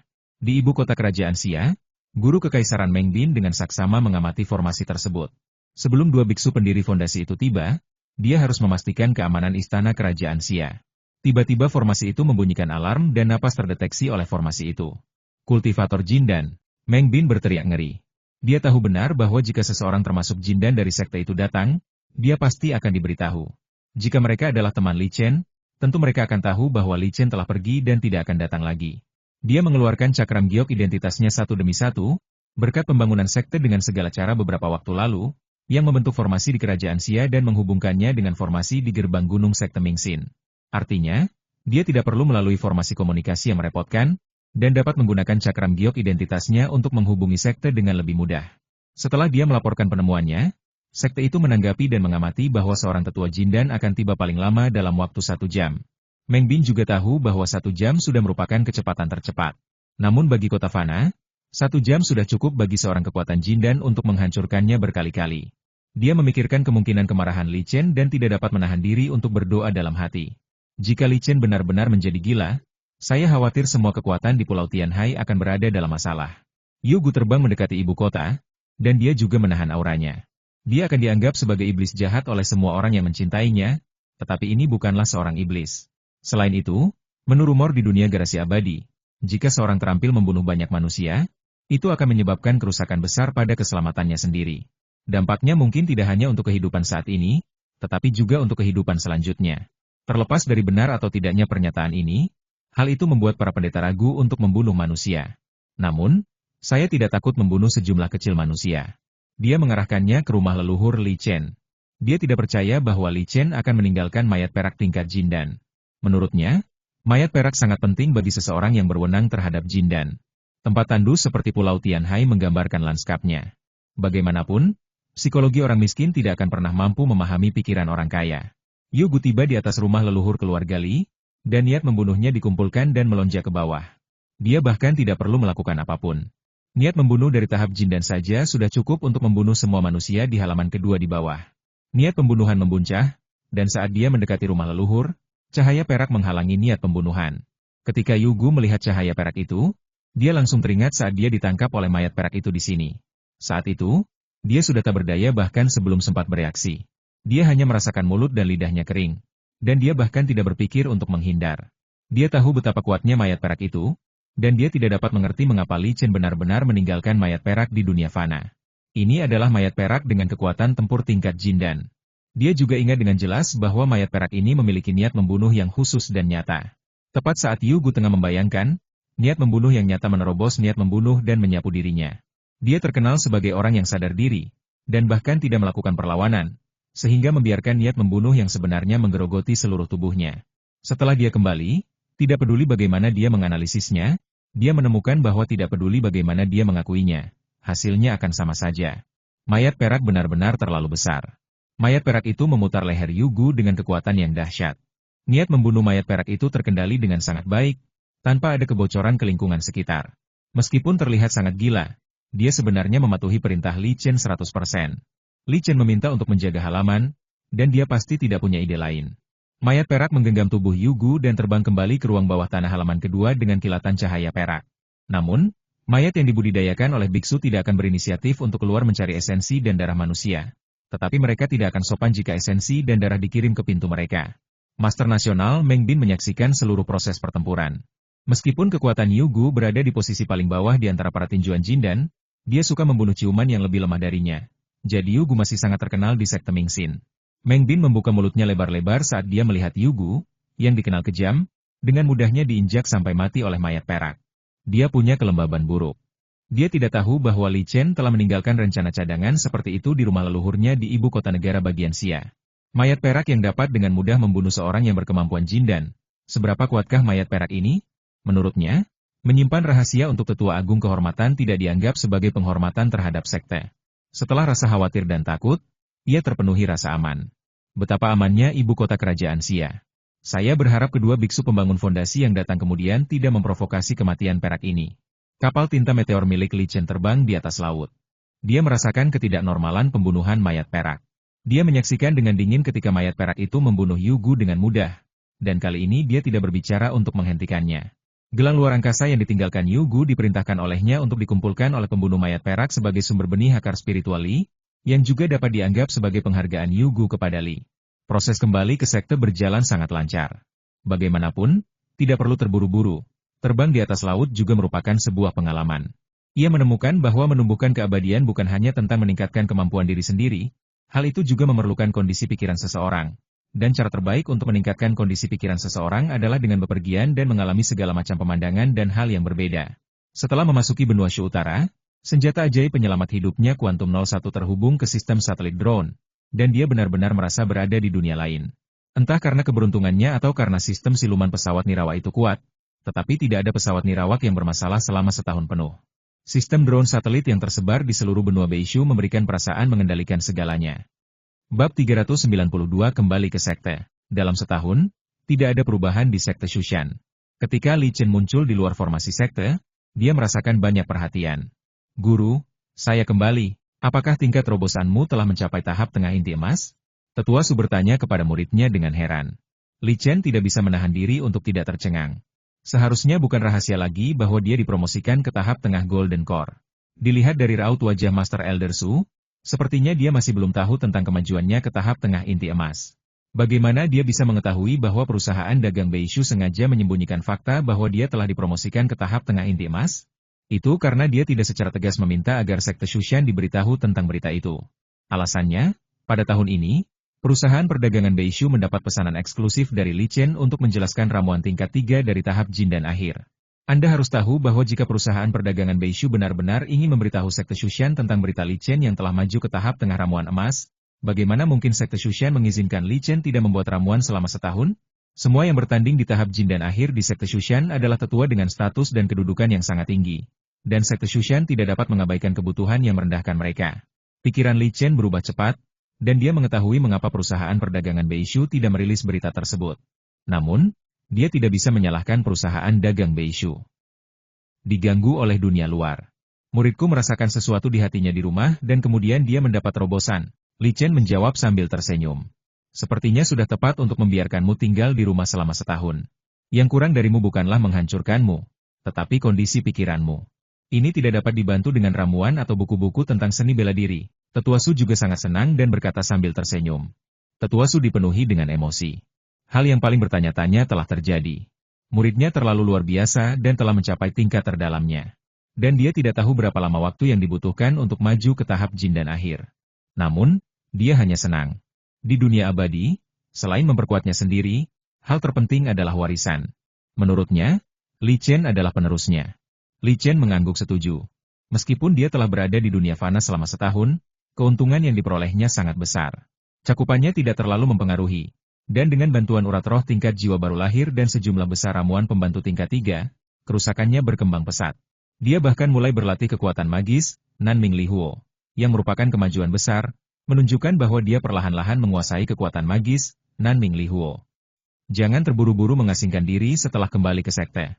Aku khawatir para tetua Jindan di sekte akan segera mendatangimu. Pemurnian ramuan tingkat 3 dari tahap akhir Jindan menghabiskan banyak energi. Ketidakseimbangan yang besar. Tetua Su memikirkan sesuatu dan memberi Li Chen beberapa nasihat. Tidak seperti sebelumnya, Li Chen dapat menggunakan berbagai alasan untuk menolak ramuan tingkat 3 dari tahap Jindan awal dan tengah. Bahkan jika para tetua Jindan sekte bertanya. Namun, status para penggemar Jindan akhir di sekte tersebut berbeda, jadi seknya tidak menyinggung mereka begitu saja. Tentu saja, tidak mudah untuk meminta Li Chen membongkar ramuan tersebut. Tak seorang pun dari para pengikut Jindan di sekte itu yang miskin. Li Chen kembali ke sekte dan melihat banyak pasang mata menatap mereka. Sang guru dan sang murid terbang menuju sekte itu sambil berbincang-bincang. Li Chen kembali ke sekte di tahap tengah alam inti emas. Berita itu menyebar ke seluruh sekte Shushan dengan kecepatan yang sangat cepat. Dari setiap sudut sekte Shushan, sosok-sosok dengan aura tahap jin dan akhir terbang keluar dan menuju puncak Cijian. Li Chen tidak tahu bahwa sekte Shushan sebenarnya memiliki begitu banyak sponsor jin dan akhir. Hanya dalam satu hari, ia menerima 7 tetangga jin dan akhir, termasuk seorang tetua agung. Para mengundang jin dan akhir ini sangat murah hati. Mereka menawarkan hadiah tanpa banyak bicara kepada Li Chen, dan beberapa bahkan menawarkan lebih dari yang diinginkan Li Chen. Bukan karena para pakar tingkat akhir jin dan ini murah hati, tetapi mereka dapat melihat dengan jelas bahwa kecepatan keahlian Li Chen menunjukkan bahwa bakat keahlian Li Chen sangat tinggi. Sulit untuk mengatakan apakah Li Chen dapat maju ke tahap Naschen Soul, tetapi kemajuan ke tahap Golden Core akhir hampir pasti. Tidak ada satupun yang melibatkan jin dan akhir yang rela membuat Li Chen tidak senang hanya karena sebuah hadiah kecil. Karena begitu Li Chen naik ke tahap jin dan akhir, sumber daya mereka untuk naik ke tahap jiwa baru lahir masih perlu disempurnakan oleh Li Chen. Li Chen mengantarkan semua pesanan yang ditentukan berdasarkan prinsip siapa cepat dia dapat, dan mempublikasikannya. Untungnya, tidak banyak yang mendukung jin dan akhir di sekte tersebut. Selain itu, ramuan spiritual yang dibutuhkan untuk ramuan tingkat 3 bagi kekuasaan jin dan akhir lebih berharga dan langka. Apalagi dengan akumulasi, hanya butuh waktu lebih dari 4 bulan. Tidak seorang pun berkeberatan dengan pengaturannya. Dan setiap ekosistem jin dan akhir mengerti bahwa ekosistem Li Chen sama pentingnya dengan konfirmasi. Alkimia Li Chen tidak dapat mempengaruhinya. Jika tidak, bahkan leluhur jiwa baru lahir sekte tersebut tidak akan setuju. Ketika Li Chen dipromosikan ke tahap Golden Core akhir, ia dapat memperkenalkan pil untuk leluhur Yuanying. Yang menunjukkan betapa leluhur Yuanying menghargai Li Chen. Setelah Li Chen kembali ke sekte, ia sesekali dikunjungi oleh para tetua jin dan sekte tersebut dalam beberapa hari pertama. Tidak akan lagi menerima perintah untuk menerjemahkan ramuan tingkat 3 di tahap jin dan tengah.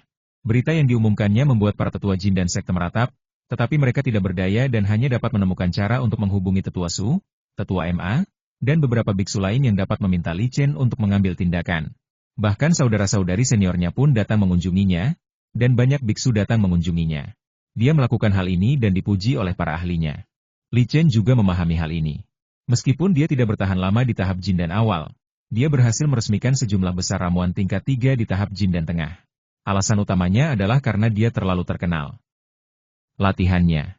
Meskipun klon Li Tianba belum dipromosikan ke tahap tengah inti emas, ramuan tingkat 3 untuk tahap tengah inti emas telah disiapkan. Saat berita itu tersebar, mendiang berlangganan Jindan dari sekte Qianhuan dan mendiang Biksu Luohan dari kuil Qianye semuanya datang kepadanya melalui koneksi mereka. 3 sekte iblis utama juga memesannya melalui perusahaan perdagangan Beishu. Namun saat ini, Li Chen sedang menyendiri.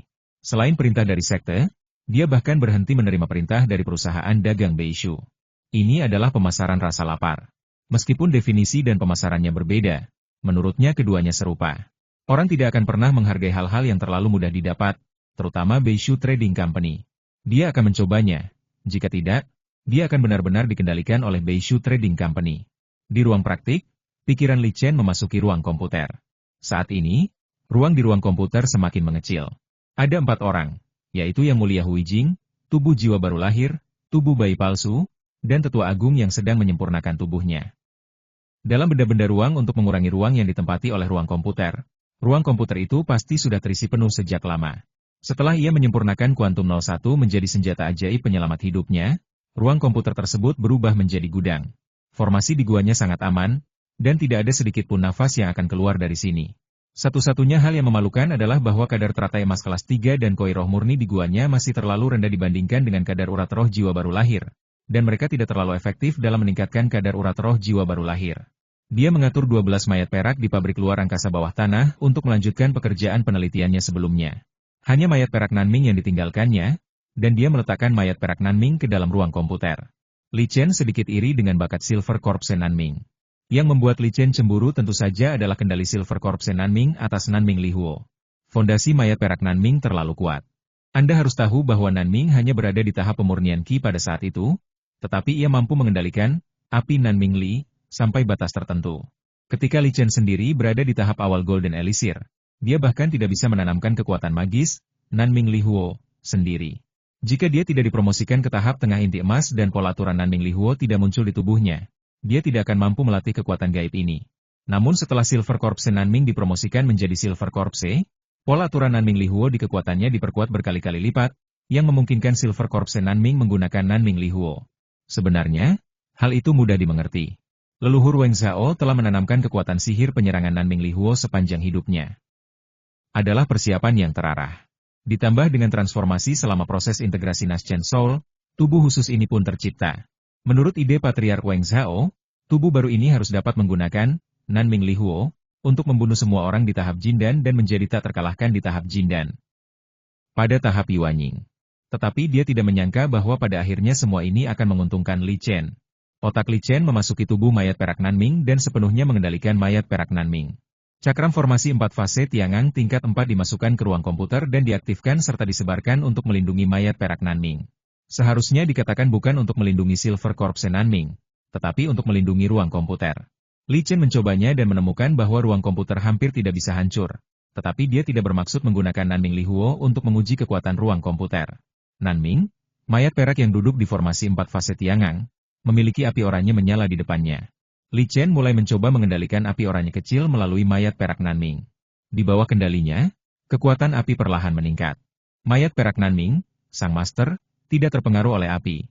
Tetapi formasi 4 fase Tiangang dipengaruhi oleh api, dan perisai luar terus bergetar. Ini adalah formasi tingkat 4, dan kekuatan pertahanannya cukup untuk memblokir beberapa serangan dari Naschen Soul Patriark.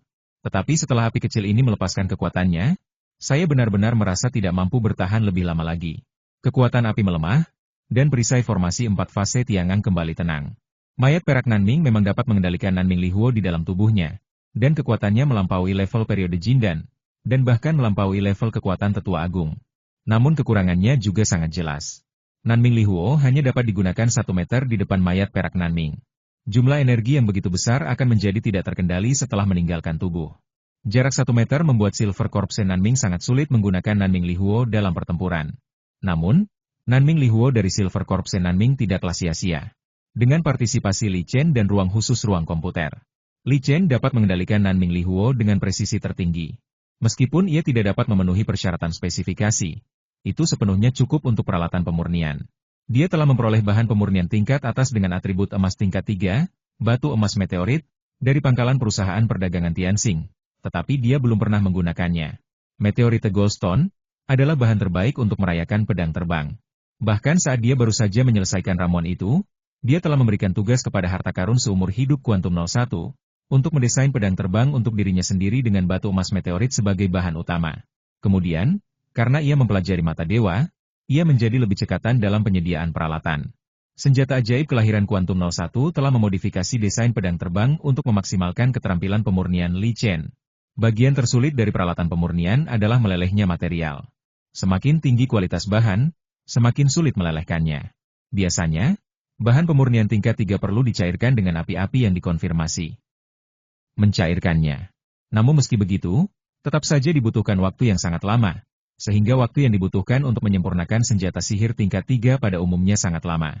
Selain itu, selama proses pemurnian, perlu untuk terus mengukir rune magis pada senjata ajaib untuk mengeluarkan material karakteristik secara maksimal dan memberikan senjata ajaib berbagai kemampuan khusus. Semua ini membutuhkan waktu untuk berjalan perlahan. Adalah normal bagi beberapa senjata ajaib untuk memerlukan waktu beberapa bulan atau bahkan lebih dari setahun untuk menyempurnakannya. Bab 393 Peralatan Pemurnian. Salah satu alasan mengapa Li Chen memutuskan untuk mengasingkan diri kali ini adalah untuk menyempurnakan pedang terbang. Anda harus tahu bahwa, batu emas meteorik, yang diperolehnya cukup untuk mencakup 10 senjata sihir pedang terbang. Bahkan dengan bantuan, Nanming Li Huo, milik Silver Corpse Nanming, dia tidak tahu berapa lama waktu yang dibutuhkan untuk menyelesaikan 10 senjata sihir pedang terbang.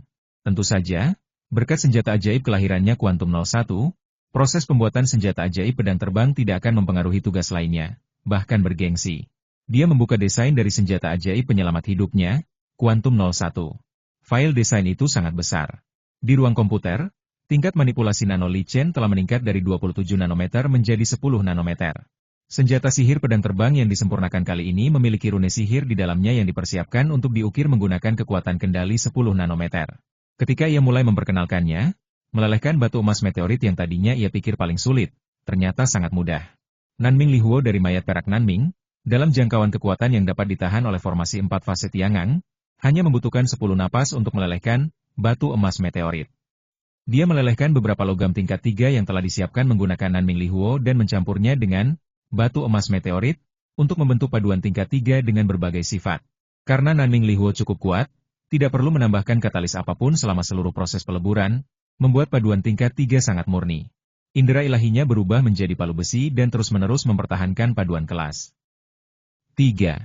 Setelah penempaan, paduan kelas 3 segera menjadi ukuran yang sama dengan gambar desain kuantum 01. Kesalahannya tidak akan lebih besar dari 10 nanometer, yang merupakan batas teoritis yang dapat dicapainya dan ia telah mencapai batas ini dalam operasi sebenarnya.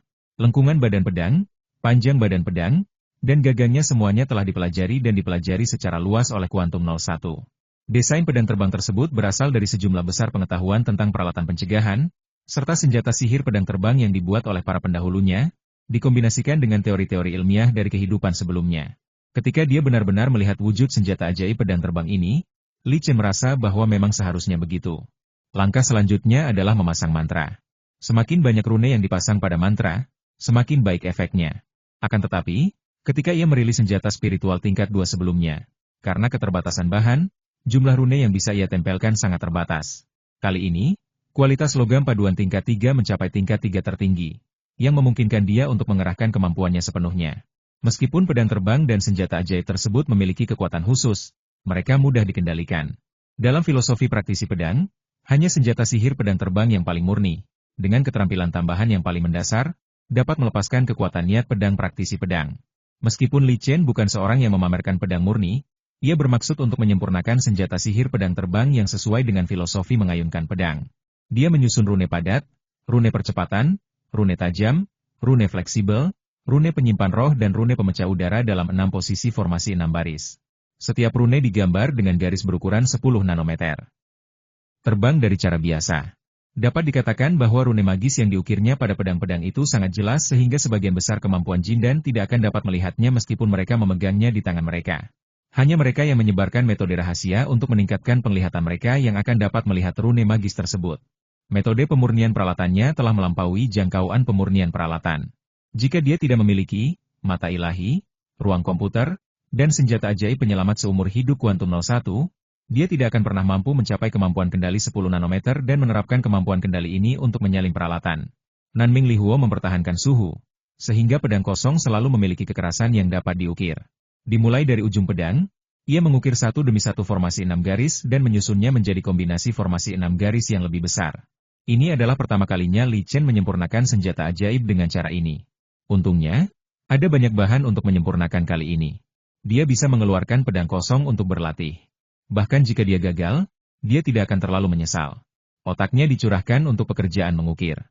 Meskipun ia telah mengerahkan lebih dari 100 otak, dan hanya menyisakan sedikit otak untuk mempertahankan pelestarian dan pelestariannya, ia masih membutuhkan waktu 10 hari untuk menyelesaikan ukiran senjata sihir pedang terbang pertamanya. Tidak ada cara untuk mempercepat proses pengukiran pada pedang kosong. Anda hanya dapat meningkatkan masukan otak dan mendistribusikan pekerjaan pengukiran. 10 hari kemudian, Li Chen memegang senjata ajaib pedang terbang di tangannya. Olehnya setelah disempurnakan, pedang terbang ini, yang diberi nama bintang mengalir, memancarkan cahaya aneh ke seluruh tubuhnya. Cahaya pada bintang-bintang yang mengalir dipancarkan oleh formasi 6 garis, dan formasi 6 garis ini tersusun dari rune-rune magis yang sangat kecil sehingga tidak dapat dilihat dengan mata telanjang.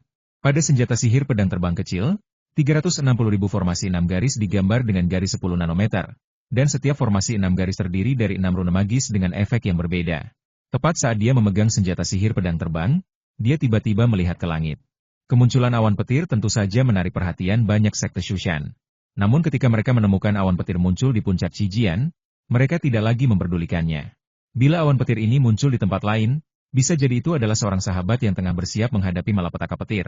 Namun saat muncul di puncak Qijian, kemungkinan besar itu adalah salah satu mayat murni milik Li Chen yang tengah bersiap menghadapi malapetaka tersebut.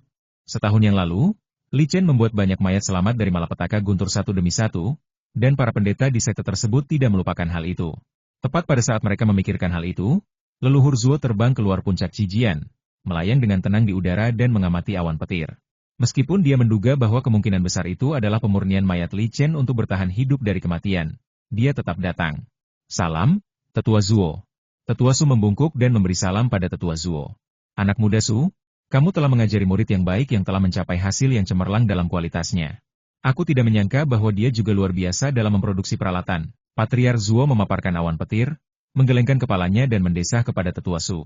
Ah, apakah ini bencana senjata? Tetua Su tercengang. Katanya dengan tidak percaya.